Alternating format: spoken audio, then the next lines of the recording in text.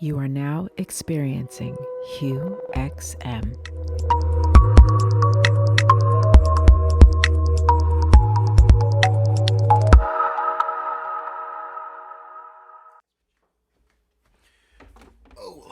Let's go. Yo. What's up? What's up? What's good, y'all? It's me, J-Bo, and you are experiencing HUEXM Sports. Yes, HUEXM Sports. And today we're going to be diving into a topic that's shaking things up in the college sports scene. You probably already heard of this term, name, image, and likeness, better known as the NIL. So, this isn't just a game changer here. This is actually a life changer. And today, we're not only peeling back the curtains on how these athletes can make money while still in school, but we're actually questioning the entire system that has put these athletes there. Now, let's back up for a minute. Back in the day, the NCAA had a hard grip on the do's and don'ts, saying no to any form of personal profit based off of your athletic fame or even participation. Well, those rules no longer exist anymore, and that's the reason why we're having this conversation. As a matter of fact, back then, those rules were enforced heavily.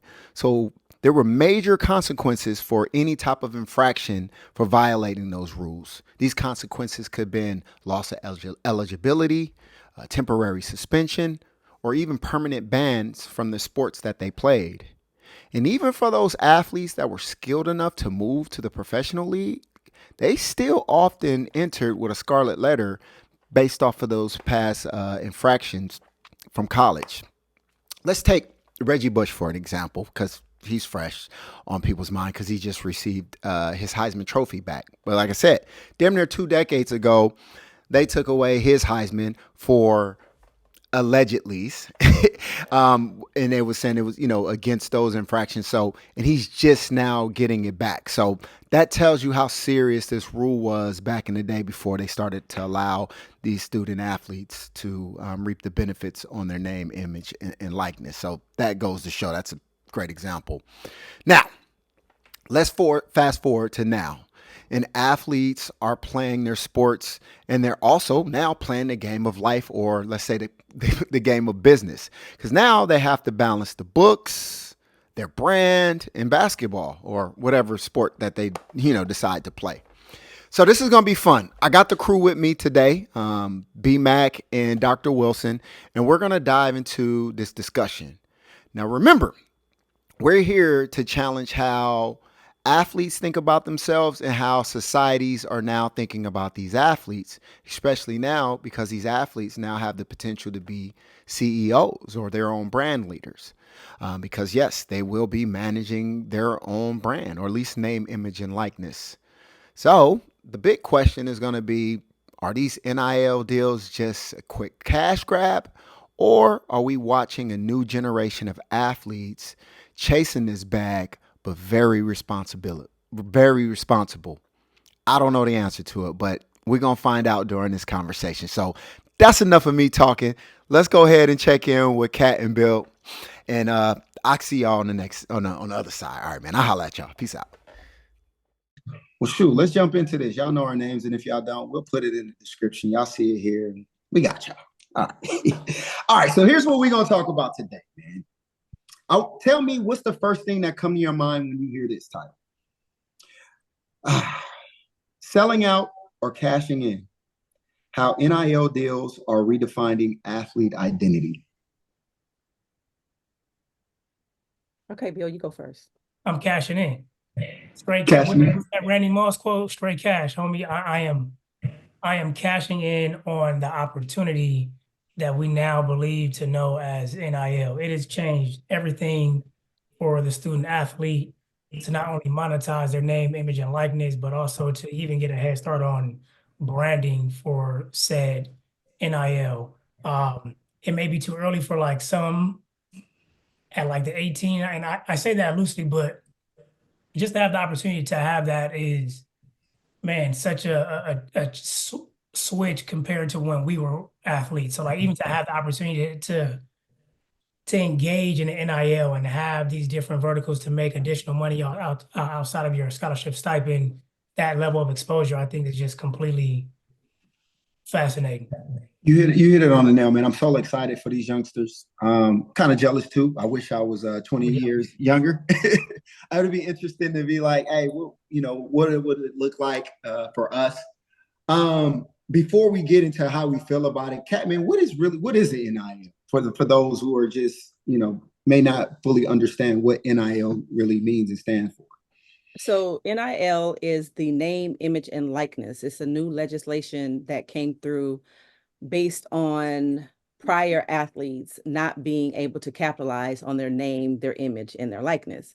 We can go back to Ed O'Bannon and the UCLA basketball team and many players whose name, image, and likeness were used in video games, but they weren't being compensated for it. So now it's legal to make money off of your name, your image, and your likeness, even though in the past, technically you were kind of making money, it just wasn't legal because you had the golden handshakes after the game. Yeah, because of with your the name. envelope. Yeah, It was your name, your image, and your likeness, right? Exactly. So it was always there, just making it legal now. Absolutely. Quick question, guys, because I know you were talking, but it seemed like it glitched. I just wanted to make sure that, all right, you're back on. I hope it recorded that. Yeah, I didn't see anything on my end that stuff. Yeah, me either. It was smooth. Cool. All right, then hopefully the recording got it. But at least they were able to hear it. Y'all work with us. We some amateurs out here. We're gonna get it together. Right. But y'all heard what she said. No, like you were saying, name, image, and likeness. Right. Something that go ahead. So when I think of the athlete now, like I hear what you guys are saying, but I'm on the other side of it. I'm looking at the balancing act, right? Because now my character is on full blast. It's on full display. I have to be mature enough to know that I am more than just my own personal brand, but I am the brand of who's paying me now. So now my name, image, and likeness is being used in a way that I have the ability to control it, but am I mature enough to kind of know what that really means, right? So if we go back, okay, so now I'm aging myself. If we're going back and we're looking at if NIL was out there when, what is it, Brian Bosworth? Bosworth, yeah. The Boss? Right. When the Boss was Oklahoma? out there. Oklahoma? Right. Yeah. It was like, where would he have fit? Because that kind of bravado in sport wasn't marketable on the grand scheme, but the booster on the side kind of liked it, so you can get something on the side, but now it's making it broader. So my hope and interpretation of it would be that there's a level of communication, studying, like what does it mean to be a brand ambassador? Because that's basically what you're doing, right? So everybody's like, I want to be like Mike. You're literally about to be like Mike at 18. Facts. And that's what I was saying earlier too. Like some of these kids, it may be premature to ask so much of them, but that's where we are today. Like to you guys know the phrase, but it's interesting to see these 18-year-olds step into this limelight. It's a business, right? They gotta know the business. Like, what does it mean for taxes? How does that impact financial aid?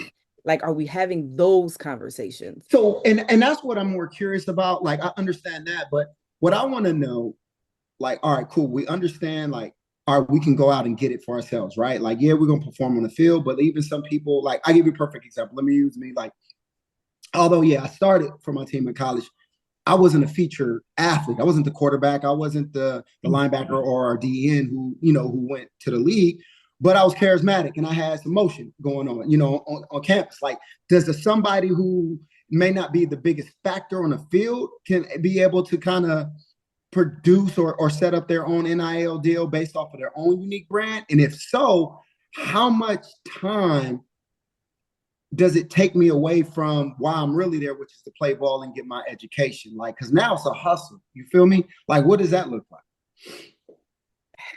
Complicated, right? Okay. But what student athlete life wasn't complicated? True. Right. Yeah. Now you're just getting paid for your complication. Like it's just open now, right? It's just open. It wasn't there before. It's just now it's more open.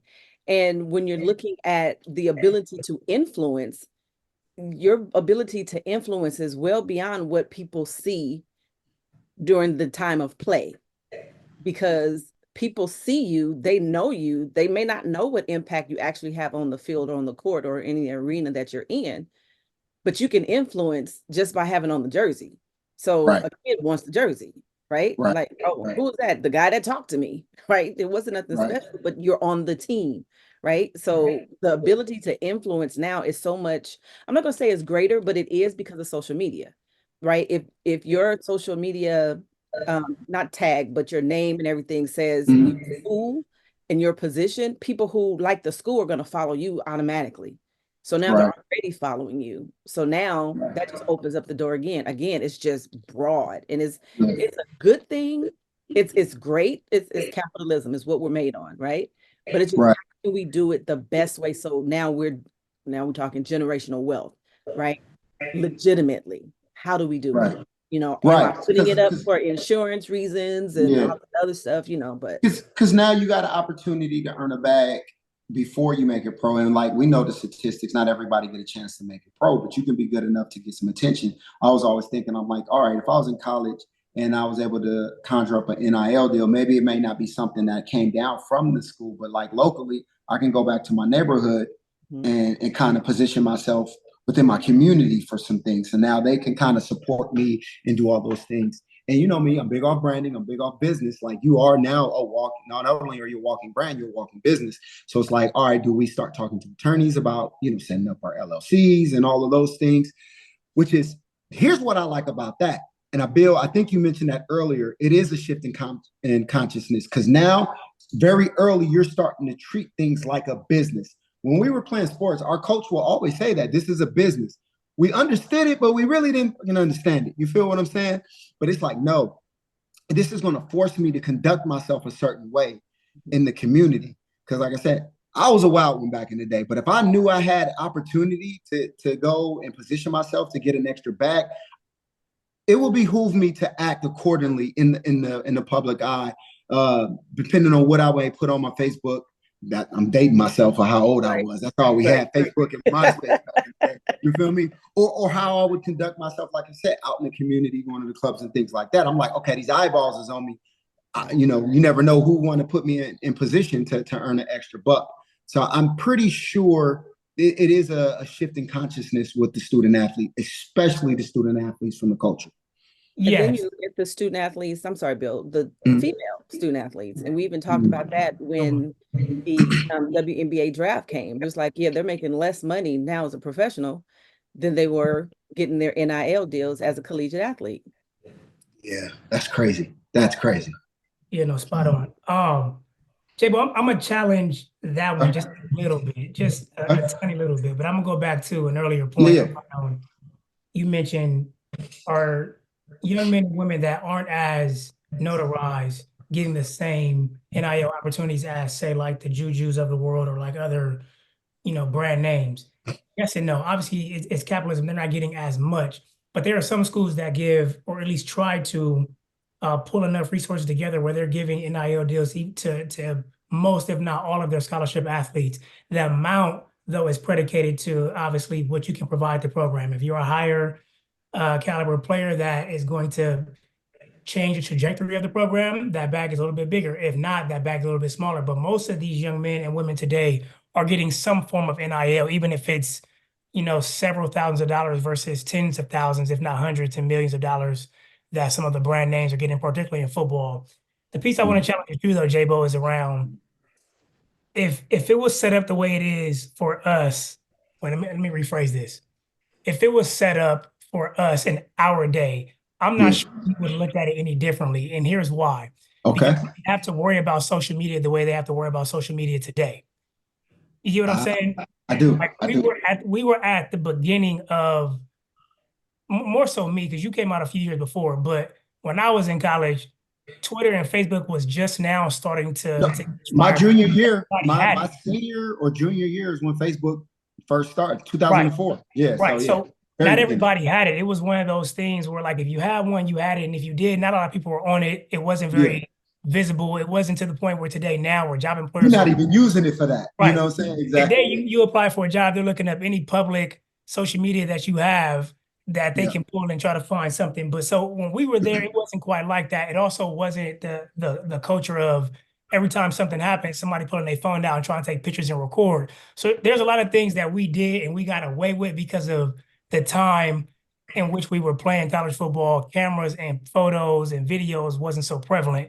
And even to go a step further, you know as well as I know, at that time, there isn't very many things that can knock you off that high horse. You thought as well as I thought, even if I get in trouble, I'm going to be okay. Somebody is going to bend this rule For me, 90 degrees, 45 degrees. I'm going to get a slap on the wrist and I'm going to carry on about my business and continue the path forward. And while that probably is still happening, let me not say that. But today is just so vastly different, right? Just with social media and it's just night and day. So I challenge that one a little bit. But to your earlier point, a lot of these young men and women are still getting NIL deals. They're just not as large as others. Let me ask you a question. I'm glad you challenged that. This one's specifically for you. And even Kat, you can chime in because you guys serve in a specific community, right? Where most of the athletes you're dealing with are first generation, right? I would love for you to share with me, what is their mindset and how are they approaching this? And like I said, we're dealing with money. Some athletes, some players are going to have opportunity to make big bucks. Some are going to get opportunity to make some, but depending on, we know this demographic, 10 to 20,000 is a game changer to some of these people. So how are they looking at it? Is it something intimidating for them, or are they starting to really, narrow in and take this thing serious and being more strategic around it? What are you guys seeing? So for me, the conversation, I'm starting the conversation. So it's things that they don't even think that they're worthy of, right? And that hits me. It's like, no, I'm not going to get none of that. Well, why do you think you wouldn't? Right. So now it's about having that conversation about your worth and your ability to influence. And that's why it's part of it. It's a deal you can get for yourself. So it's a new conversation. It hits different areas, but they're not exposed to it yet. So we're trying to expose them to it now so they can understand what it means and what it is. And it is a little intimidating because they're not sure what's going to be expected of them in that. So yeah, it's a new conversation. How is that conversation like? If you can kind of go a little bit deeper, like how are you even positioning it, So when we're talking to athletes about it, I ask, do they know anything about it first? Right. And it's like, yeah, they hear it, but they only hear it from ESPN or any of the major platforms, but it's of people that they see all the time. So they don't think that there's anybody who is like a nobody that could get one. And it's like, but depending on what school you're going to, you can. That's what I wanted to know. Because like I said, they're seeing it, but they still may think it's just a far chance as like trying to make it to the league. They only see the big names, the Caleb Williams and all of those guys. They don't see the other part of it. So I'm having them do research, look on rosters, because now when you go online, because they don't have the physical media guides anymore, but when you can go online and you can look at a person's profile and they will let you know what NIL deals they have. And so it's like, you can look and it's like, so follow them this season, see who they are. And it was like, oh, Doc, there wasn't even nobody. They barely played. But you saw that they had an NIL deal and they did something. So now it's like, oh, okay, it's possible. So just getting them to do the business part of it, of doing the research, seeing what's out there and how it is attainable for them. That's a new conversation. Yep. A lot of these schools will even post that with their signing classes. Like this person signed, here's his NIL deal. Like a lot of this is public information. But to Kat's point, in my experience, it's like, I feel like the old head that's preaching and these young heads really don't want to hear what I'm saying. Like it goes in one ear and out the other, and that's okay. I'm planting seeds that I hope is going to harvest at some point down the line. But that's truthfully how I feel when I introduce these conversations to them about NIL and trying to protect what they're earning and even be smart about their decisions and not trick it off trying to buy material things, but to look long term. Because to your point, J-Bo, 99% of us go professional in the sport another sport, or actually the professionalism, not the actual sport. But getting them to have that conversation early is hard because, again, when you're in that position, you think you're going to the league. It doesn't matter what anybody tells you. You're there. I'm in it. I'm going. You can't tell me otherwise. So they're not really trying to hear that. And I feel like the old head that's introducing books or introducing concepts and paradigms, and they're looking, Coach Mac, I ain't trying to hear that shit, man. Like I'm trying to talk about right now. You're talking about 5 years from now. Yeah. They're like, where the money at? I'm trying to get moms out of here. I hear you. And even with the NIL, they can get moms out of here, but it's different, right? It's not the check because you played. It's the check because of who you are. And again, that's the scary part, because a lot of them don't know who they are yet. Now we talk. Okay, now we talk. Let's stick with this. Now we talk, because I'm big off of that. Man, you know, I love me some identity, right? Know thyself, brand thyself. You hear where I'm going?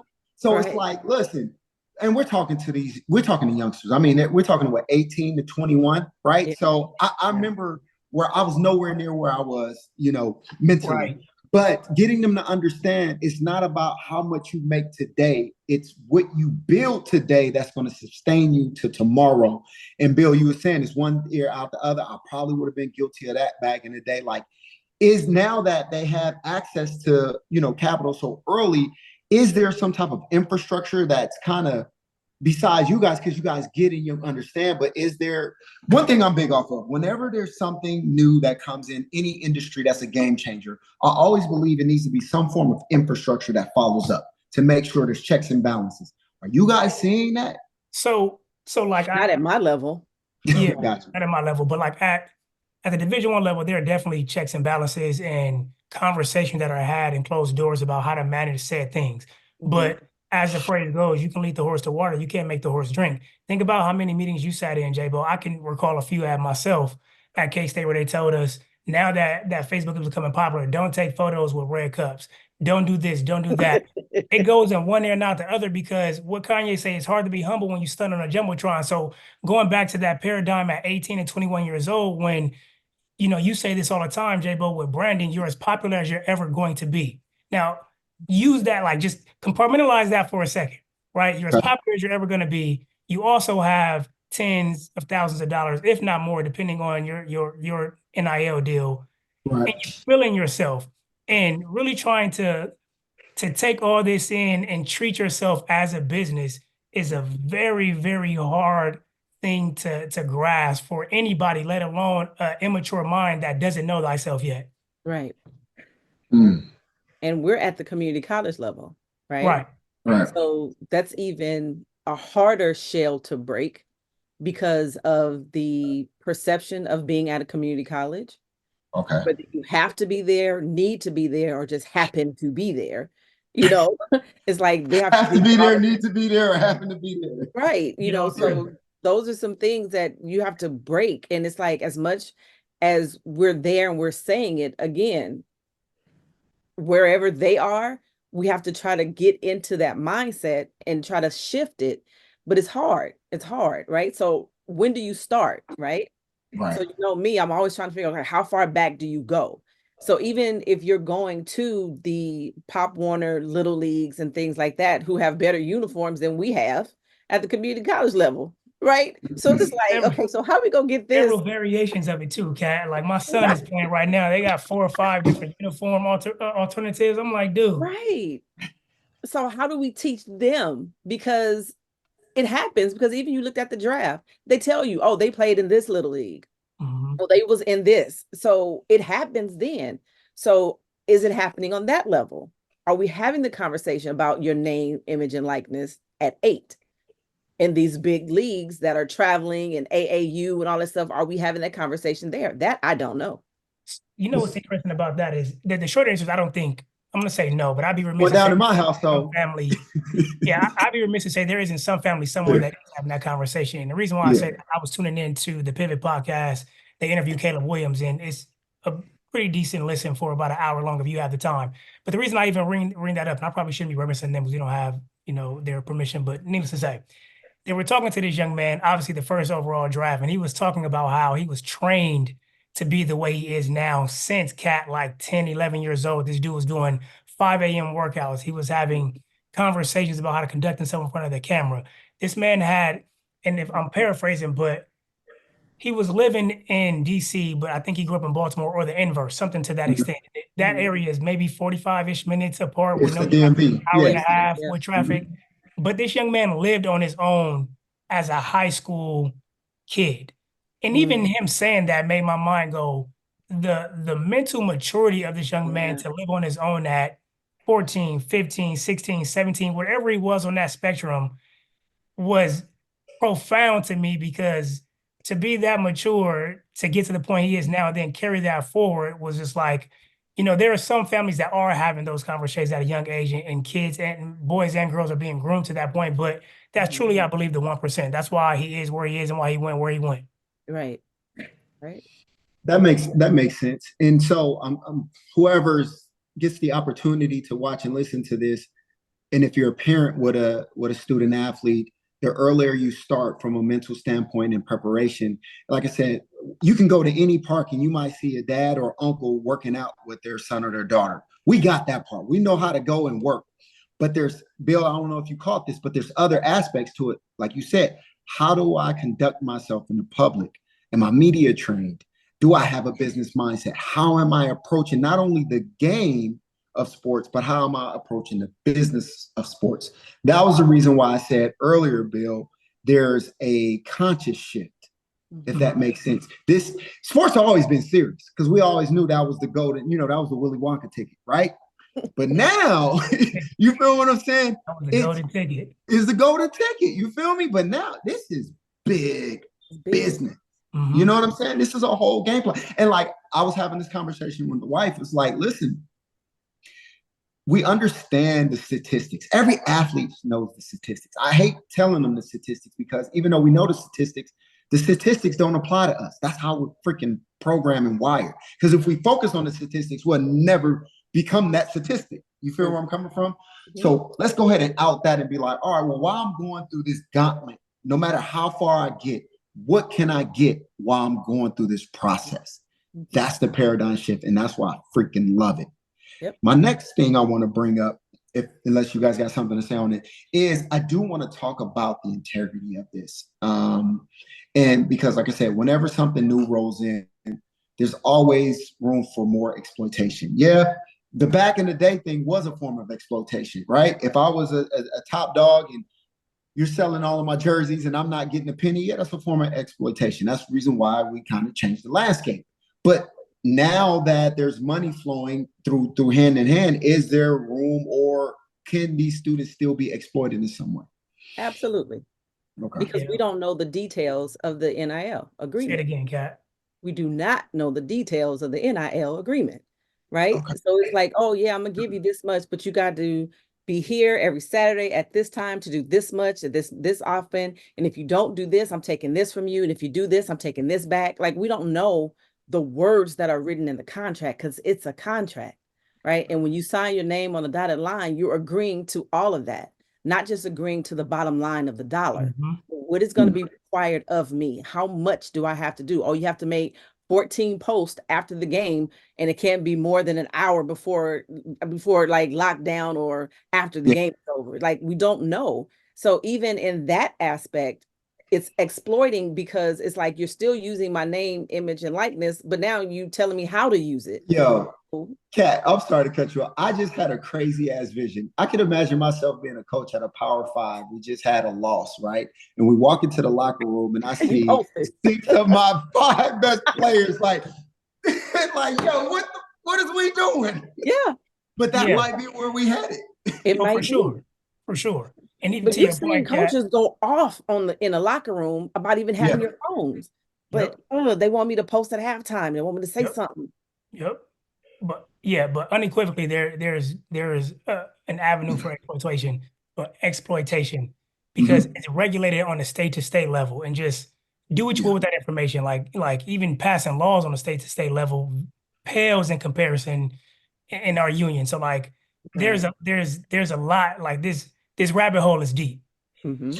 That makes sense. How does this affect, since we're talking about locker room, how does this even affect locker room dynamics? Because now we got some real hateration going on. Like, this dude out here. Right. He got 2 point what? I got the standard edition. I got the regular scholarship. I get I don't know what scholarship now, maybe 1,500 inflation. Like, but this guy getting a 10 band check every month. Like, what we doing? Right. Buddy.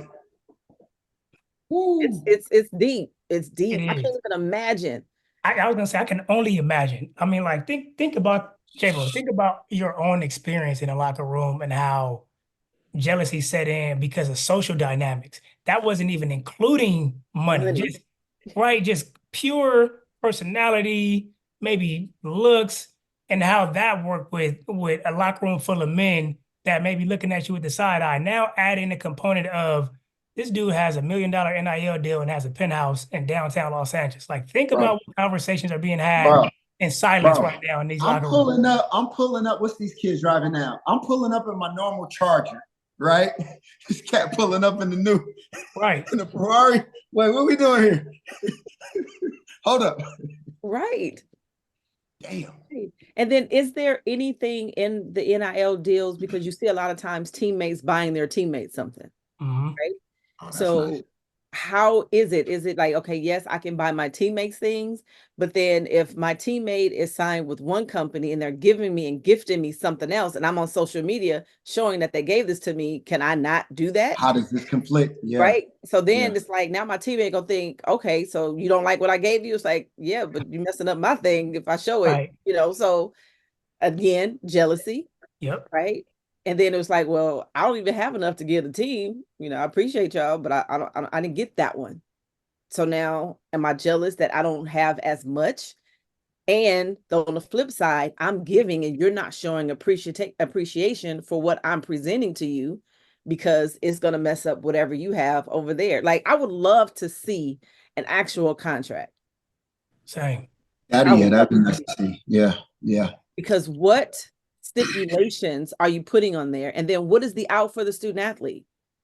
Right? And how like, long am I attached to that? Because I know there's some sharks out there that'd be like, I'm gonna get this kid in college and I'm gonna build up something to where I'm gonna still be able to be a part of this journey even after, if that makes sense, right? Yeah, like that's you what I didn't need to see. realize Like, that. is it Yeah. legal to even go into any long-term contracts Right. like that based on NIL? Right. Right. I don't know. I would love to get my hand on at least a standard one. And then Yeah. you see, the superior ones that's like, oh yeah, there's only one of those, but there's 45 million of these. Like, I would like to see what it looks like, because that's how we start the conversation. Mhm. Like, we start at the base level, and then it's like how high it could go. And because it's still fairly new, it could still be like extraordinary in 10 years, Yep. right? Or it's going to go back down because of how broad it's gotten. And it's like, yeah, I'm losing control. NCAA, I'm losing control. Like, then we got to put this back down. So who knows where it's going to be in 10 years? Yeah. All right. I want to have this conversation.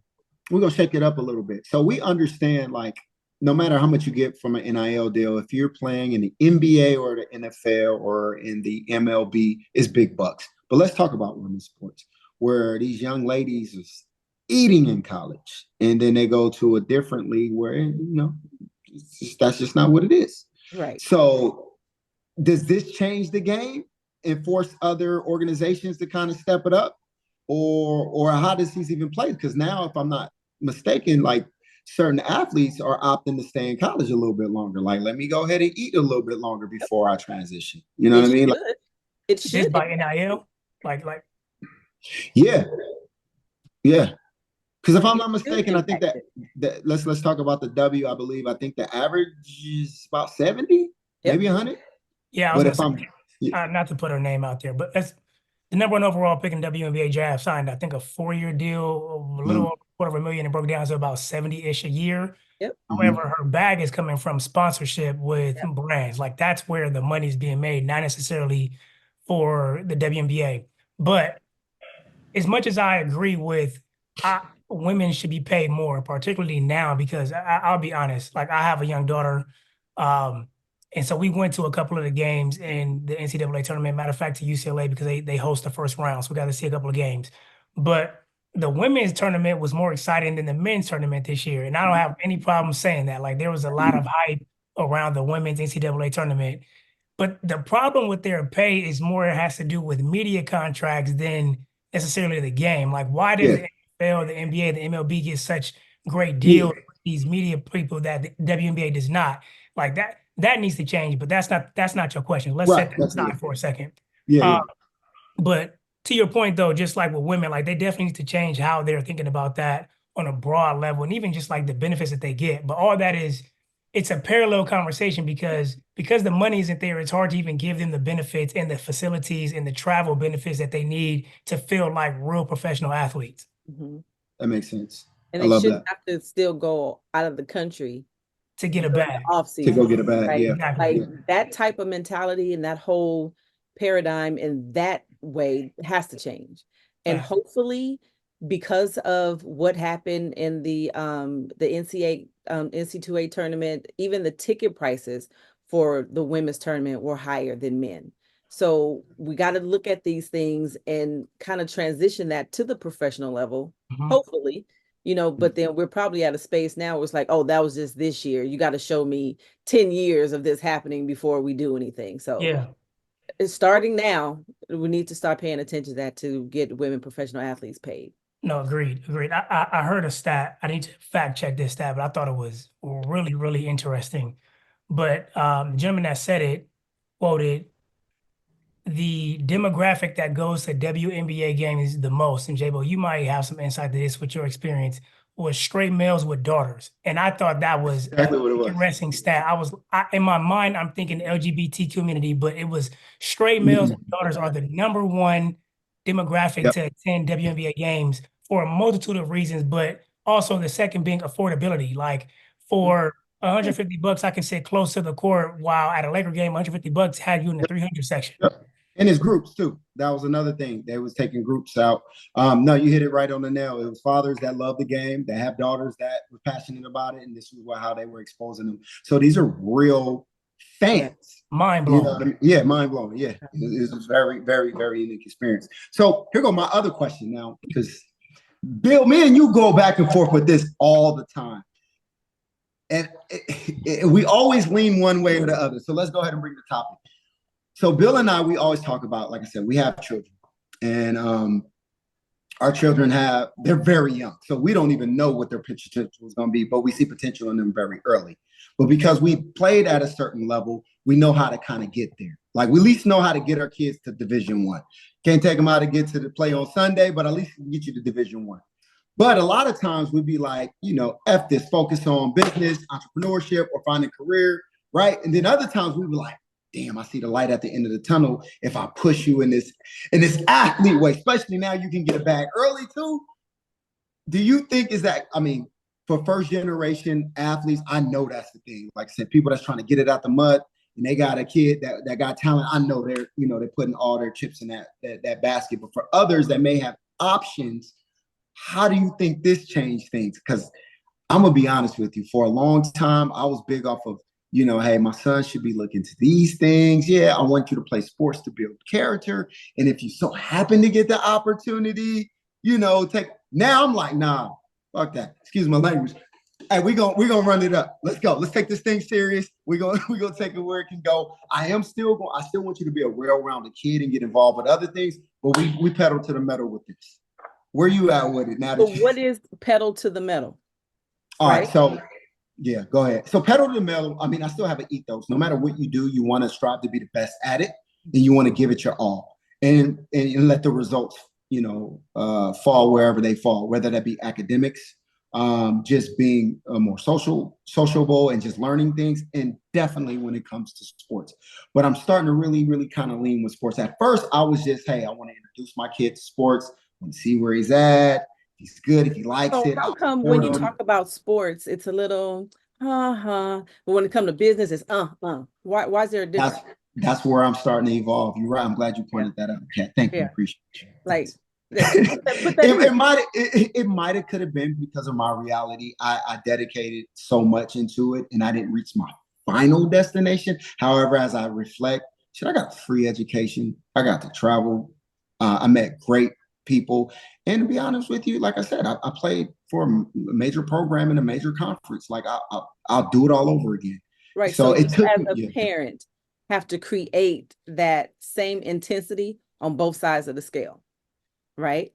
So as difficult as that may be because of where you've come from, you're creating a reality for your kid though. Right. So you can't make one thing look and the other one look. right? Yeah. You got to show like both of them, because you don't just walk with your left foot. Sure. You have to create that balance. And Yeah. I'm all about that balance for me. I have many thoughts around this. To Jabari's point, this is a very consistent conversation amongst us. It's a topic within itself, ain't it? No, seriously. And I even be vulnerable. Like my wife actually was giving me some feedback about this not too long ago, because I straddle the fence on intensity and will come back across the line and say, actually, I'm going to be hands off and allow them to navigate their own journey. And she's like, I need you to pick a side. Like, either you're going to be intense and we're going to go all in. To your point, Kat, like there is no dichotomy between the two, or you're going to be hands off and allow them to experience life on their own. The challenge that I go through and the part why I'm being vulnerable is because I see the athleticism, and I can tell you unequivocally, I'm against trying to push my kid too far and live my life through them, or try to live my failures through them and say, you can go do X, Y, and Z. Like, I played the game, I took it as far as I could. And at some point, as every player that plays a sport, the road ends at some point. For others, it's longer, for others, it's shorter, right? But we all have our own race to run. And then at the same time, being mindful of the fact that my kids are 9 and 10. And I want them to be 9 and 10. I don't want them to behave like adults at 9 and 10. Like, I think there is beauty in allowing a kid to be a kid at times. But striking that balance of when it's time to be a kid, when it's time to put in work, is the part that I struggle with the most in this particular chapter of my life of having kids that are in sports. Because again, you'll peel back, like the apple won't fall too far from the tree. I look at my kids and say, you guys are athletic. Like, I'll call it what it is. My daughter is athletic. My son is athletic. Do I think they're the most athletic? Absolutely not. But there's enough there to cultivate, to figure out where the body is going to matriculate to down forward. But having that balance is a really, really hard thing. And then at times you'll get inspirations from other stories, right? I mentioned one earlier around how one particular kid was trained from a young age and look where they are now. It doesn't mean that your kid couldn't be that, but at what cost? All of this comes with a cost. You see what I'm saying? And so do you want to rob them of their childhood of 9 and 10? I was waking up at 5 years old. I don't know if I can sleep good at night waking my kid up at 5. And this is a me thing, and I'll be the first to own that. But at the same time, what I also realized, and this is why J-Bo and I go back to this conversation so much, Kat, is because we were mostly first generation. I wasn't. I had 2 uncles that played college football. One is in the Hall of Fame at Oregon. The other one went to the NFL. So to some degree, my experience is a little different because I was groomed into this, but it wasn't forced. It was, I'm following the footsteps of the men in front of me, and I'm just trying to be able to have a conversation at Thanksgiving table saying, you know what, you was right. Like, I just want to be a part of the conversation. So that was my driving factor, to be mentioned in the same name as them. But other kids that are first generation, like to J-Bo's point, that's their golden ticket. My kids don't live that lifestyle. Like, if I'm being pretty honest, they live kind of an affluent lifestyle. Like, they have somewhere they can call home. They travel out the country a few times a year. Like, they're being exposed to things that makes it hard to have that grit and that drive. And so what I was telling my wife, to make come full circle, and I'm sorry for the rant here, but go ahead. Cook. You know, I straddle that line of trying to push them, but it's hard to push drive. You either have it or you don't. And that's why I go backwards. Like, at some point, I got to be hands off and allow them to experience this journey called life. And if they really want it, they'll go get it on their own, because what you know for a fact is, if they do continue to pursue these routes of sports, one day I'm not going to be there. I'm not going to be pushing them in at all. I have to be the voice in the back of their mind. But at some point, they got to take the baton and carry it themselves. At what point do they take that baton is up to them. But that, again, that's the part that I struggle with and go back and forth with. I was sorry for the rant. No, so this is what I feel. As a parent, you are never hands off. Ever. So you can get that whole mantra, or I'm gonna have hands off. You're never hands off. Ever hands off. Even after you're gone, your mental preparation that you gave them is still going to be hands on. So hands off is out. So we can just stop saying that, because we're never going to do it. It's never going to happen, ever. Because what you've put into them will be with them for the rest of their lives. So your hand is still on it, right? It's how you approach it. You're saying that you want them to stay kids. Well, they're playing a game. So everything is still a game. So they're still growing and learning. So as long as we're keeping it learning and fun to where they are, they're not going to see the heaviness that we as adults put on it because we've seen it before. Mm. So as long as you allow them to experience, and that experience broadens opportunities and broadens exposure, but still have that challenge to it, they're going to roll with it because it's fun. They learning something. They may not like it, but it was like, oh, that was kind of fun now that I reflect on it, right? And then also give them the opportunity to express what they feel, what they see, how they experience that moment, because they may not experience the moment the same way a parent does. So it's like you have those open conversations, like, how did you feel about the game today? It was like, oh, I missed this and I did that. And so now you have to look at yourself like, oh, are they only picking out what they didn't do right because they want to beat me to it? Right. So it's like, okay, so maybe I'm a little critical and I'm not supportive and coaching in that space. So we have to watch what we're doing because they're trying to appease us as the adult. Now that's a good one. That's a good one because so for context, the man I was telling you about that played the sport will come to my games. I'd always look for their validation, right? And when I tell you, Kat, even on my best games, it was never, hey man, that pick you had was nice, or that touchdown, or that tackle, or that big hit. It was you missed that tackle, you dropped this ball. Like it was only focusing on the areas to get better, and to a point where I just became numb to feedback. Was like, screw it, it's gonna roll off like water. So indirectly though, right? Alan Watts even said like we unintentionally teach people how we do things, right? And they unintentionally would just repeat this cycle. But to the point now where I'm critiquing my kids and say you did X, Y, and Z. So that's a pretty profound question to ask them and to see their response. I might take you up on it. Jay, but we're having a therapy session. You just No. Listen, bro, you don't understand how many of these nuggets I'm putting in my bag because I'm already recalling because I'm like, all right, listen, the athleticism, I don't got to worry about with my son, but it's the other thing. Like he's still in character mode. Like my son to go and do something spectacular on the field, and then the next play you see him literally like playing with flowers. Like, bro, what are we doing? So I'm trying to have that balance, but as far as in the groom and prepare, I'm also seeing other things. Like I made, like when he comes home, like I interview him to see how he answers questions, and I'm like, yo, am I doing too much or am I doing the right thing? As but for how me, are you making it feel though?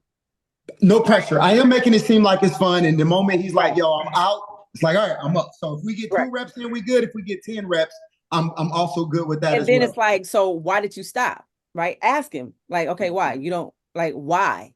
Yeah. And it's like, oh, I'm hurting, I'm tired, I'm this. Like they have to start using words of reasons, right? Why did you do that? You know, what were you thinking when you thought that? Right? Because if I explain to him my process, like, bro, son, you're very articulate and charismatic. I see an alley for you. You get what I'm saying? He's not gonna understand that. You get what I'm saying? So I'm trying to make it seem like a game. Like, hey, if you can, like you said, articulate your thoughts and show your charm and all of this, this is how we can set this thing up in the future. He will be oblivious to that. And like Bill was saying, so my experience was different. Like I wasn't even allowed to play sports until I was 12 because my grades was bad and I was getting in trouble. So I didn't get any pressure from my dad. You get what I'm saying? And to be honest with you, I didn't care, you know? So, but it worked for me. Like, hey, my dad just wanted to make sure that I stay out of trouble and get good grades. And I had my own passion in sports. But with my son, it's like, I got the passion in sport. You like it. I don't know if it's a passion yet. And he's still too young to figure that out. So I don't want to, because of how I view something, overcompensate. And at the same time, I want to let some things blossom organically as well. So that's why I'm always conflicted and confused, if that makes sense. So my question to you guys is, why you guys always have your hands up in the air like you're surrendering to a moment or something? You got your hands off and you're doing this. Like, why are you backing up like that? Help me understand that. Man, we tired of fighting, man. We tired of fighting. We've been fighting all our life. Where's the fight? It's not a fight. No, what I mean by that is like we're always been pushing so many things and trying to control, which is it's a pro and a con to that. But you know what, the people we love the most, i.e. our offspring, we don't want to, one, ruin a relationship. Right. 2, ruin an experience as well. So it's a fight. But if we see potential, we're like, we can see something you can't see. So, you know, it's just that fine line. But it's like if you're seeing the potential and they don't have the passion or not intrigued by reaching the potential that you think you see, how will you handle that? That's an answer for Kat. I don't know. I don't know. So y'all need to work on that. Yeah, I'm for sure. Yeah, I don't know. I'm gonna be humbly, I do not know. Sure do. But to your point though, like it's, it's I don't know. It's hard to strike a balance, Kat, because it's polarity at the end of the day. Like, and I struggle trying to be in the middle. It's I'm either here or I'm there. There is no in between. That's an athlete though. We don't play in the middle. But the thing called life requires understanding that gray area. You're dealing with the whole development of a whole human that hasn't really experienced the left or the right yet. They're kind of just finagling all over the place. They're not coloring inside the lines just quite yet. They just want to see what the crayon looked like on the paper. And there's a part of us that has to allow for that expression until we start guiding the expression of what they're doing. Like, okay, now you got all over the paper. Now let's bring it in, right? Let's bring it in scaffold ways, like not all at once, but a little bit at a time, a little bit more every time. And then just seeing how they go. Like one thing I always encourage parents to do of athletic kids, like nowadays, is journal. What are you going through when you see them doing this? Because they're feeding off of your emotions intentionally or unintentionally. So you have to make sure that you're emotionally intelligent enough to be in this moment with your kid, that they know it's still dad. He loves me. He wants the best for me, but he's going to push me to levels that I'm uncomfortable with. What does that make them feel like? Because you don't want them to always feel failure, but not always feeling like pressure to meet someone else's expectation out of my ability. Like that there's a balance that needs to be put there. And all of that goes back to NIL. It's like, yeah, it's out there, but do I really need to take it? Because I can't do what you're telling me that is necessary for me to get this bag. So Kat, let me paint this picture for you real quick before you land. And maybe you can kind of help bring this all in full circle. And let me paint this picture. So Kat, you have a son or a daughter who's genetically inclined, likes sports because it's just fun, builds camaraderie. He's kind of like, he or she kind of likes to challenge themselves. They like the reward. They just like it. But it's not just a passion yet, right? But you see the bigger picture, right? And you now know that literally a gift horse has just arrived with this NIL thing. And you realize, hey, we can kind of get to this bag, earlier than, sooner than later. How do you approach that with that child? And how do you kind of game plan around that, if you could share? Go ahead. Because you have to find out if they're mature enough to handle it. Okay. Right. I know the opportunity is there, but there's a level of maturity that if you want to go this way, this is going to be required of you. And there's no backing up. There's no stopping in the middle. If this is what you're saying you got to go the full way through. You can't go like, yeah, I changed my mind. I don't want to do this. Like, no, that's not what it is. So you have to have those conversations. Even though you see the potential, do you see the maturity, right? Do you see them growing into that level of they can handle it, right? And like off topic, it's just like when parents want their kids to get their high school diploma and their associate's degree at the same time. Like that may not be the best for your kid because of the level of maturity when you transfer. Like you're going in as a junior. At 17, if you graduated high school at 16, like I did, not because I was smart, just my birthday late, but if you graduated high school at 16, like I'm 16 years old and a junior. Yeah, it's a lot on. That's a lot. You won't see that these days. That may be a topic for another episode. Yeah, that's out. Kids but back it's now, the level of maturity. 18, 19-year-old seniors. Yeah. Well, just because my birthday was late, but that was. Well, no, I know about But we still have that where parents see the potential of their kid, like they're intellectual, they can do it. But then when they actually accomplish that, do they get early burnout? Right. So those are other things that we have to look at. Like just because the opportunity is there doesn't mean it's for you or for you at this time. It's like, so it's like, yeah, I would love for you to get this bag, but can you handle that bag? Right? Or you let them get the bag, let them fumble the bag, and then we have to try to recover from that. What if the recovery time and opportunities aren't there like it was before? So you just have to be so extremely cautious. And just because it's there doesn't mean you have to go grab it. Like, let's see if we can handle it. Let's see if that's something for us. If not, let's look for something else. Not saying to make you do less than, but you want to be efficient and effective in everything that you're doing. I'm not going to set you up to fail. But then if you said I can do it, hands off, right? Okay, go ahead. But where's the safety net for recovery, right? Right. So, again, for me, I'm in the gray area. It's like, if you want it, this is what it's going to take. Now, if you say you want it, you got to go all in. There's no backing down. There's no changing your mind midstream. You got to go full out. But if you do decide I can't do this, then there has to be a reason. Let's express why, because you can't just quit every time something becomes uncomfortable. That part, right? That makes sense. And then you can't not go for something because it's something you've never done. So it's that flip of the coin. You every instance and every thing will have to be individualized in that moment. And at 9 and 10 years old, let's play. Child development talks about play therapy and play learning all the time. So just keep it in that same vein, because they make cash registers as toys. So we always talk about money. So you can have that Nerf football and that cash register at the same time. There we go. Hey, we can always, they got fake microphones. We can always practice. Hey, we can always do it. Last question. NIL. Is it everybody eats, or it's only for the elites?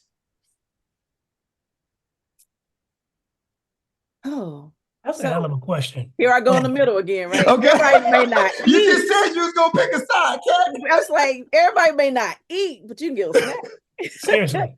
Seriously. Somebody can get a snack. Right, I'm gonna have a Thanksgiving meal, or I'm gonna have a lunch. Hey, okay. Eating is eating, right? So it's still levels to this shit, huh? It's still levels. Still levels. Okay. But it does open the playing field for all athletes to get a bag. How big that bag though is up for discussion. Hey man, what they say, some money is better than no money. Take it out and get it. Not all money is good money. Not all money is good money too. So there we go.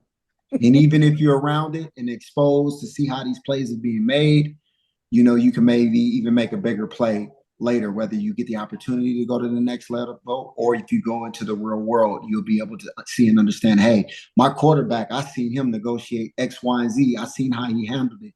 I'm going to take that playbook and apply it to my everyday life now that I'm in the regular world. So I in my humblest opinion, although this is going to be some wild, craziest, felonious shit we're going to see coming down the pipeline, I honestly think that overall, this is going to be a good thing for all parties involved, specifically these athletes and specifically these student athletes of the culture.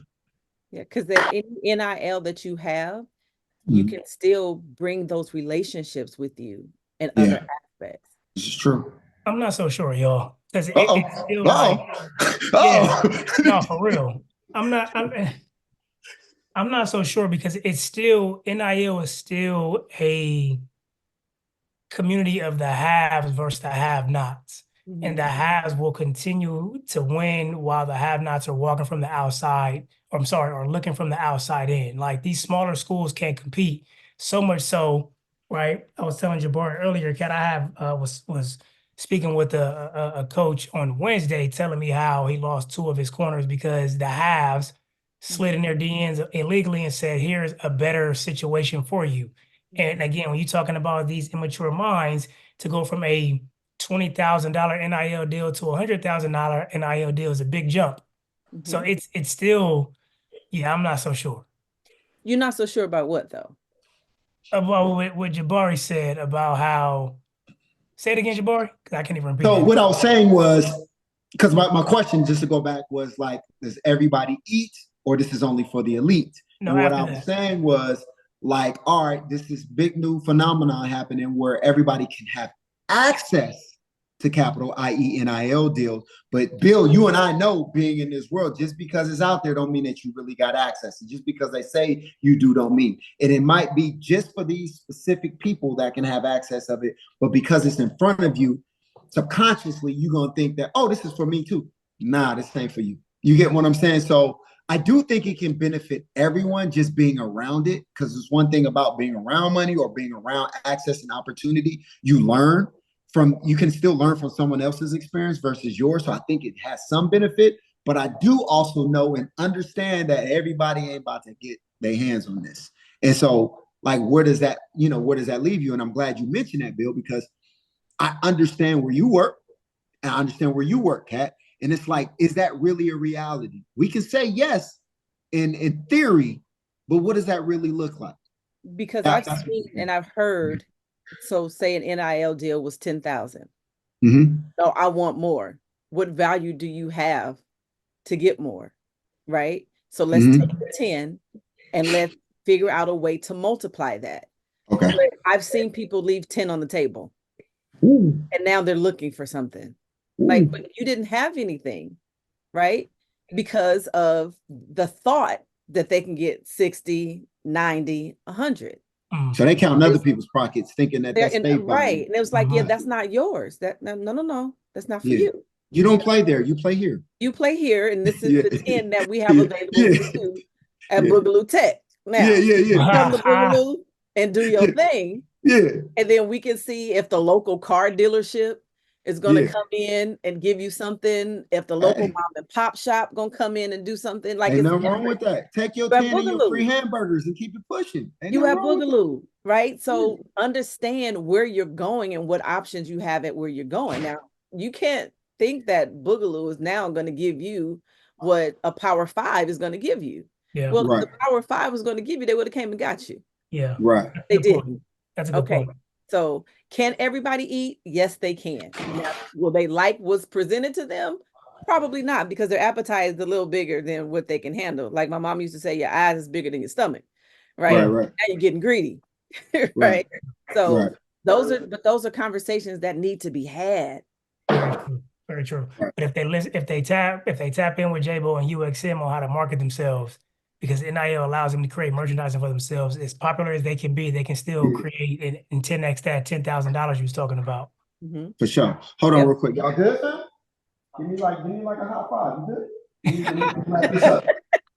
You good? All right. Hey guys, that's what happens when you record it. Hey, in local moments, that's our time. We don't win a full hour. You know how it go. Hey, I love it. Give me a high five. That was great. This is HUEXM and HUEXM, man. Listen, I appreciate y'all for spending this time with us. I hope that you guys was able to see something valuable. I hope that Bill, myself, and Kat was able to really share some valuable information. If you have questions, we humbly invite you for dialogue. You know, message us, email us. I'll put everything in the description on how to contact us. Like I said, we're here to serve, we're here to help, and to spread value. Y'all got anything to share before we wrap it up? Nope. Keep it going. Each one teach one. Each one teach one. Well, y'all already know. Y'all know the routine, man. Stay positive, stay productive, stay in the presence. This is HUEXM Sports. I'm Coach J-Bo. That's Dr. Katrin Wilson. Billy Mack. Billy Mack. And we'll holler. Let my guys get it and have a good time. All right. Have a good one. For sure.